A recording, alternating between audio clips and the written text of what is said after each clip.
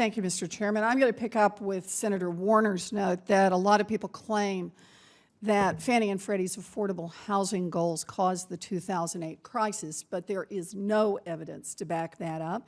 In fact, the data studied by the Financial Crisis Inquiry Commission and the Federal Reserve show that the affordable housing goals had no impact on either the subprime loans, the number of the subprime loans, or on the price of those loans. And in fact, that the data show that the underlying cause of the crisis was subprime lending in the private label market, not with Fannie and Freddie. But that is not to say that the affordable housing goals had no impact. They did have a powerful impact. They helped millions of families purchase homes. According to data from Fannie and Freddie, from 2002 to 2007, between 6 million and 12 million families each year benefited from the affordable housing goals. That's millions of creditworthy, lower income or rural families that are building up savings even today, thanks to those goals. So before we all conclude that we're throwing out the affordable housing goals on the basis of some myth, I think we need to look carefully at what we'd be giving up. And I'd like to just get a single statement on the record here if I can. Mr. Shelton, if the affordable housing goals are eliminated, what do you estimate would be the impact on homeownership rates in minority neighborhoods? Well, it'll be devastating. So quite frankly, we've depended on that kind of support for years and years to make sure that we have access. You've seen what happened with the housing crisis.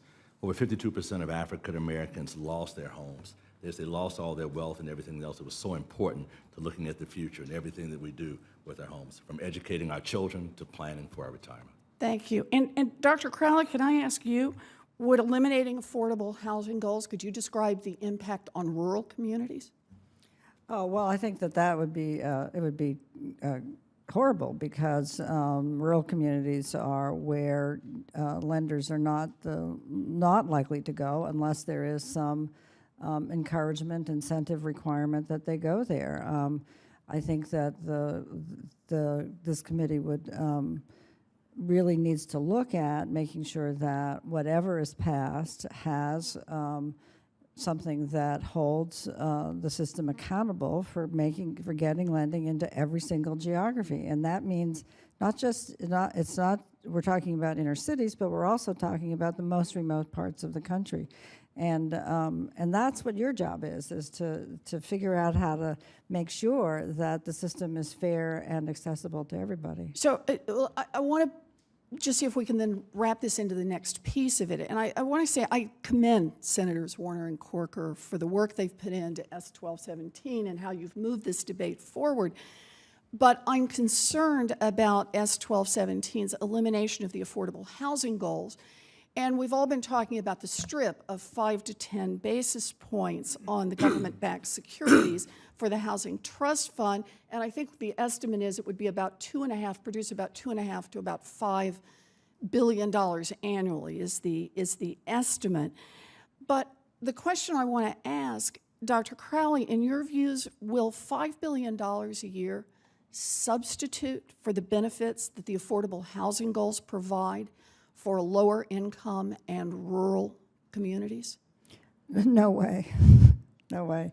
And let me just say that the affordable housing goals, which are very important, they did not reach poor people. And so the Housing Trust Fund is the reason that we established that is so that we did in fact have a way to not only to come up with a dedicated revenue source to get to rental housing for extremely poor people. And we'd like a good portion of that to have to $5 million to go to the Housing Trust Fund, which is not going to do the kinds of things that we need to do to create access to home ownership for middle-income families. Good. So the point I just think I wanted to make sure that we're all clear on, one is not a substitute for the other. No. And we have got to look at both of these independently. I see that I'm running low on time, and the chairman has been so gracious to let me go over so many times. I will quit now, but I do have a question for the record about duty to serve and how we make sure that that reaches rural communities and low-income communities. So I'll add that as a question.